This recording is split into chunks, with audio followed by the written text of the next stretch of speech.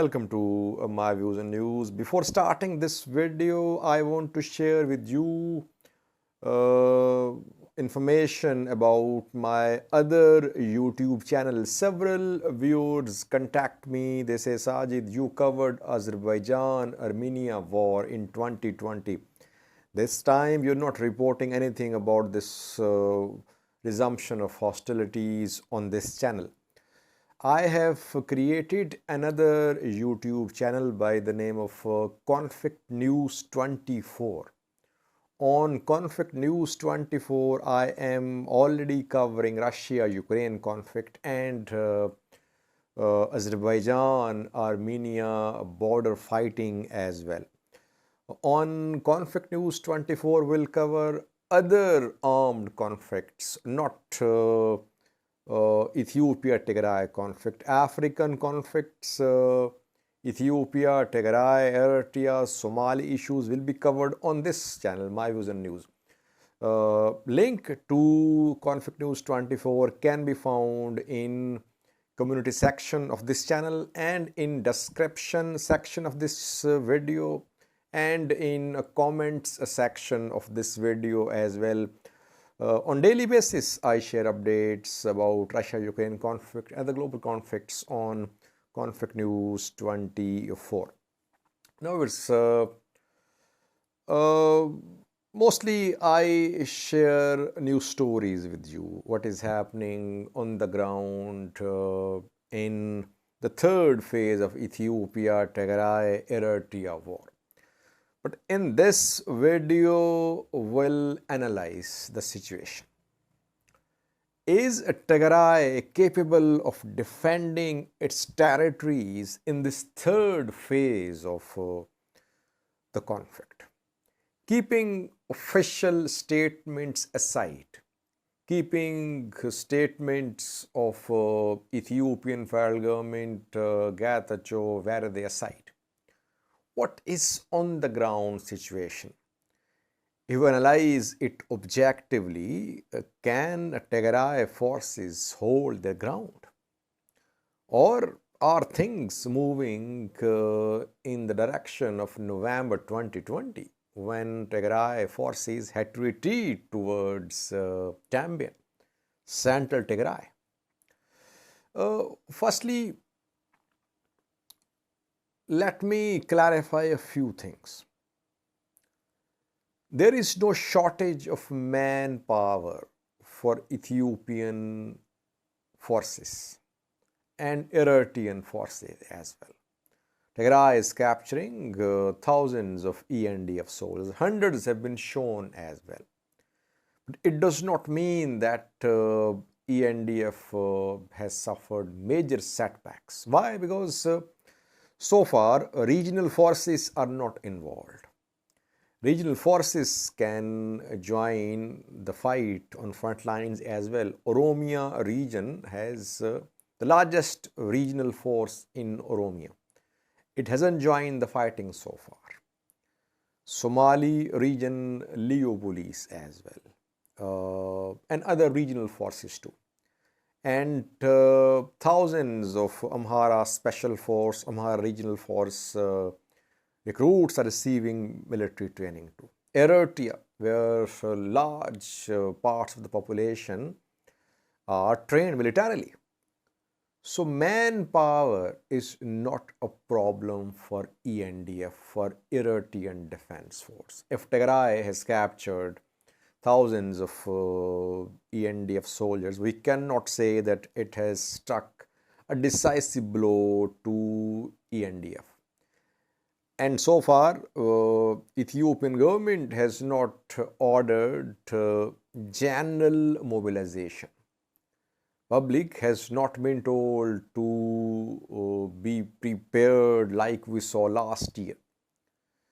And thousands of Fano fighters are still in prison. Ethiopian government, federal government, Amhara government, they have not struck a deal with Fano fighters. They are still in prison. They are still arresting those voices which support Fano. It means that there is no shortage of manpower for Ethiopian federal government at this point of time. So in terms of numbers, Uh, ENDF and EDF are greater than Tigray fighters. Overwhelmingly, EDF and ENDF have considerable advantage over Tigray fighters. In terms of weaponry as well, that they have advanced weapons. They have been purchasing new weapons, drones, which Tigray does not have the capability to counter. TB2s, Winglongs, and you are seeing that for the last 72 hours, drone strikes have intensified. Massive air campaign is ongoing. Ethiopian Air Force is heavily involved now on different fronts. Some air strikes, drone strikes are reported by Tigray regional government, but there are several other strikes happening not being reported. So Ethiopian Air Force is a considerable advantage held by Ethiopian government. Other weaponry as well. Tigray is again at a disadvantage, though Tigray did receive some weapons before the start of this war through some flights which we confirmed. But even then, even after receiving those weapon shipments, Tigray is not in a position to challenge the superiority of EDF and ENDF in terms of having more weapons and better weapons too. We'll have to see the real objective of ENDF and EDF. Do they want to capture Mekelle or not? Do they want to remove TPLF from power or not? Yes, they do want to remove TPLF from Mekelle, but do they want to capture Mekelle? These are two different things, viewers. Capturing Mekelle and removing TPLF from power are two different things. Are they working on a strategy to force TPLF from Mekelle by launching airstrikes, drone strikes, and by gradually closing in on Tigray from multiple directions? Keeping in view the experience of November 2020, when they remained in Tigray for around 7 months, but they could not completely control Tigray. When they entered Tigray, they captured all major cities, but TPLF retreated towards central Tigray. And despite 7-month-long fighting, EDF, ENDF could not capture TPLF leadership, TDF channels. Tambin remained under EDF, ENDF control. So keeping in view their past experience, are they ready to capture Mekelle or not? This is a very important question. If they have decided to take over Mekelle militarily, can Tigray defend it? This is the question which we are going to discuss. I have reached this conclusion that gradually Tigray forces are starting to lose ground because they are under-equipped, they are smaller in number, and they are encircled on all sides. So it's difficult for them to hold the ground for long. They'll lose ground, definitely. How can they turn the tables? They can only defend their territories if they disassociate EDF and ENDF. EDF is part of this operation. On northern front, EDF, Eritrean forces, in Afar as well. Tigray needs to put EDF out of action, firstly. Secondly, Tigray can defend its territories by strengthening its Sudan front, and for that purpose it needs weapons, it needs support for its fighters who are in Sudan. For both these things to happen, disassociation of EDF and ENDF and strengthening of Tigray's front on Sudanese soil, Tigray regional government needs international support, US support, EU support, regional support as well from Sudan and Egypt. If these regional international players decide to support Tigray, Tigray can disassociate Eritrea. And for that purpose, obviously, only sanctions won't work. Eritrea won't be put out of action, out of this war by sanctions only. Eritrea is already under sanctions. Eritrea can only be put out of this picture by military threat. Military threat by some international players. Are they going to take the risk of being militarily involved in this conflict? US, others. Because if US is involved in threatening Eritrea militarily, there could be Russian, Chinese support for Eritrea too.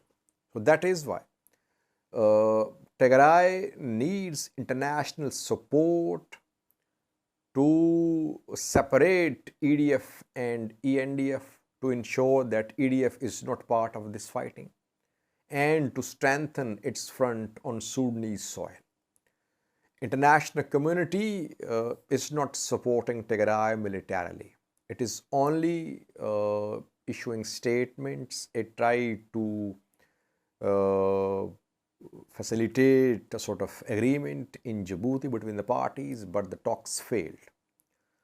So it seems that we are going to see what we saw in November 2020, that Tigray did not have any international support. Only support was diplomatic support, that UN Security Council sessions were requested, meetings were held, statements were issued. But practically, Tigray did not receive any support back then. And it seems to be happening now too, that international community is only issuing statements.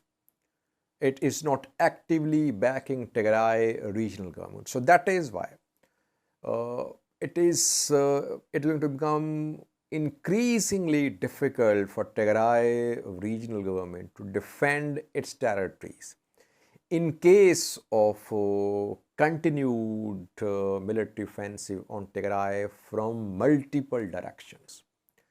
Eritrean forces in afar are not involved. If they start moving towards Mekelle from afar, you would see more problems for Tigray. So I personally think that Tigray cannot stop supply of weapons to Ethiopian government. Ethiopia will buy weapons from one or the other countries. UN Security Council cannot impose arms embargo on Ethiopian government, on Eritrean government, because UN Security Council is split, and these days deeply split because of Russia-Ukraine conflict. So no one is going to support in the form of a consensus an arms embargo on Ethiopia. And Tigrayans are protesting in front of UAE's embassy, Turkish embassy as well. Turkey sells its weapons. Turkey makes money by selling its weapons. I don't think the delivery of weapons to Ethiopian government can be stopped by Tigrayans. International pressure can be built, but somehow Ethiopian government will receive weapons from one or the other country. Somehow it will keep on buying weapons. Even from black market you can buy weapons. So this strategy won't work.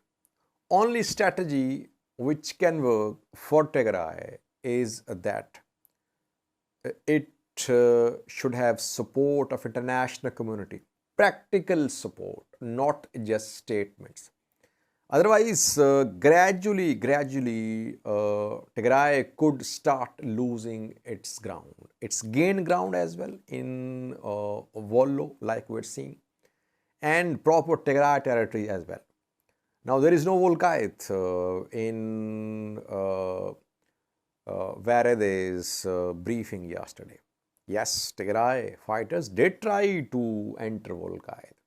They did try to organize themselves on Sudanese soil. They tried to reach Humera, no mention, because Tigray forces could not make any inroads into Volkite. And now Tigray is totally in defensive mode.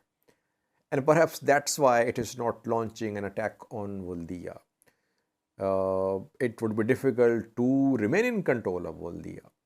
So overall, we can sum up that if Tigray does not receive practical international support, it is going to become increasingly difficult for Tigray regional government to defend its territories.